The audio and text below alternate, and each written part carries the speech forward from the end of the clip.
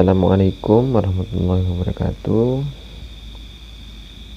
Selamat datang di channel Religion 1, channel yang membahas seputar kisah atau cerita Islam penuh makna. Di kesempatan ini saya akan memberikan suatu cerita yang berjudul Kisah Sulaiman bin Ayyubi. Kisah Sulaiman bin Yasar yang menangis karena digoda oleh perempuan.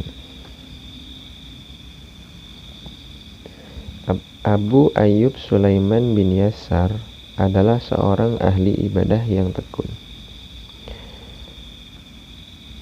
dan terpelihara dari fitnah, termasuk fitnah yang datangnya dari perempuan. Bagaimana dijelaskan oleh Abu Nuaim al-Asfahani dalam karyanya Hilyatul Auliya wa Sabaqat al-Asfiya, bahwasanya suatu ketika Sulaiman bin Yasar keluar dari Madinah bersama seorang temannya.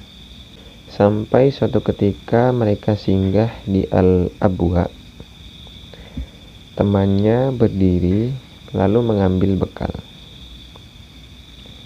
Kemudian bertolak ke pasar untuk berbelanja keperluan mereka. Sementara itu, Sulaiman tetap berada di tenda.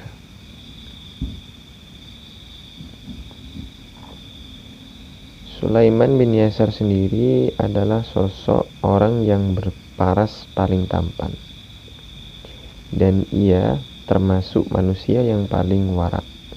Dan ketika sedang berada di tenda sendirian, Sulaiman dilihat oleh seorang wanita Badui dari puncak bukit yang sedang berada di tendanya. Ketika wanita itu melihat ketampanan dan keindahan Sulaiman, dia segera menghampirinya sambil mengenakan burqa atau penutup muka dan sarung tangan. Wanita itu pun datang, lalu duduk di hadapan Sulaiman dan menyingkapkan wajahnya, seakan-akan itu adalah belahan bulan. Wanita tersebut juga berkata, "Apa engkau mau memberiku?" Mendengar ucapan wanita tersebut, Sulaiman mengira bahwa si wanita itu menginginkan makanan. Maka dia pun berdiri mengambil sisa bekal untuk diberikan kepadanya. Namun wanita itu berkata, "Aku tidak menginginkannya, tapi menginginkan apa yang biasa dilakukan laki-laki terhadap istrinya."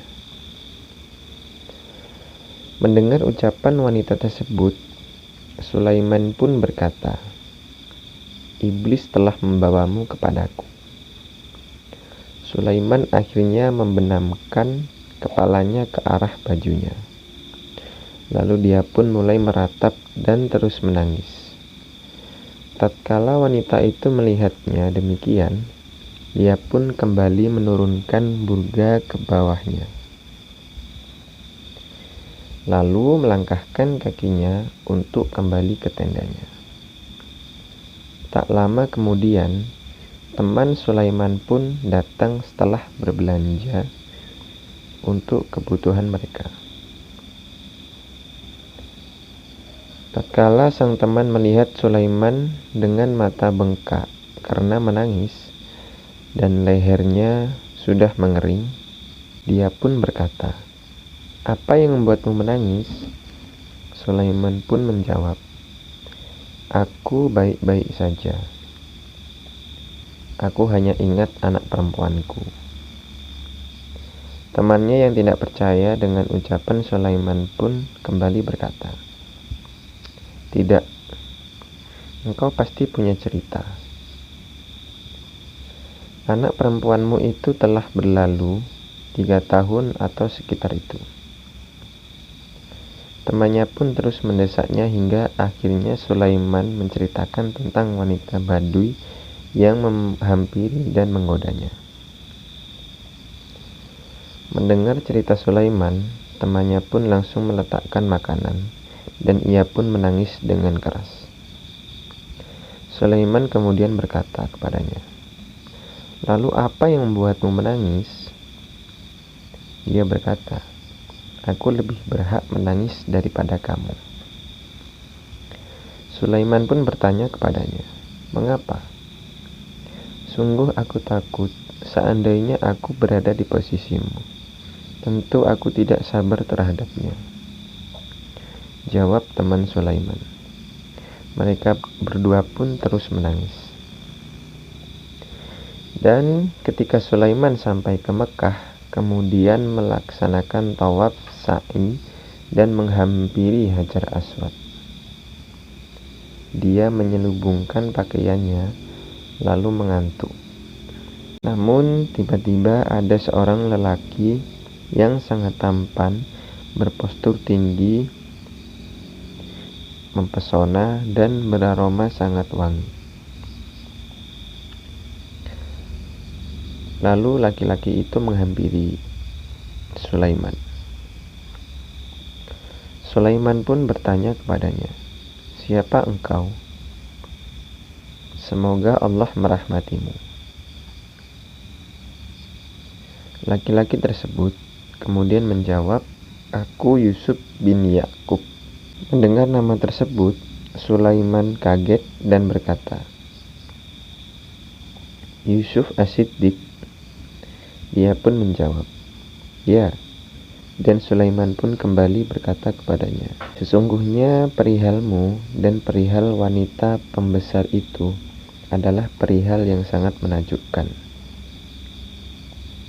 Yang dimaksud Sulaiman adalah kisah Yusuf dan Zulaikha yang begitu menakjubkan. Mendengar perkataan Sulaiman, Yusuf kemudian berkata kepadanya, "Perihalmu dan perihal wanita di Al-Abwa itu lebih menakjubkan." Begitulah hidup manusia, penuh dengan godaan-godaan, fitnah-fitnah yang selalu mendatanginya, termasuk godaan syahwat dari lawan jenis, yang bisa menjerumuskan hidup manusia dalam maksiat dan dosa yang begitu besar.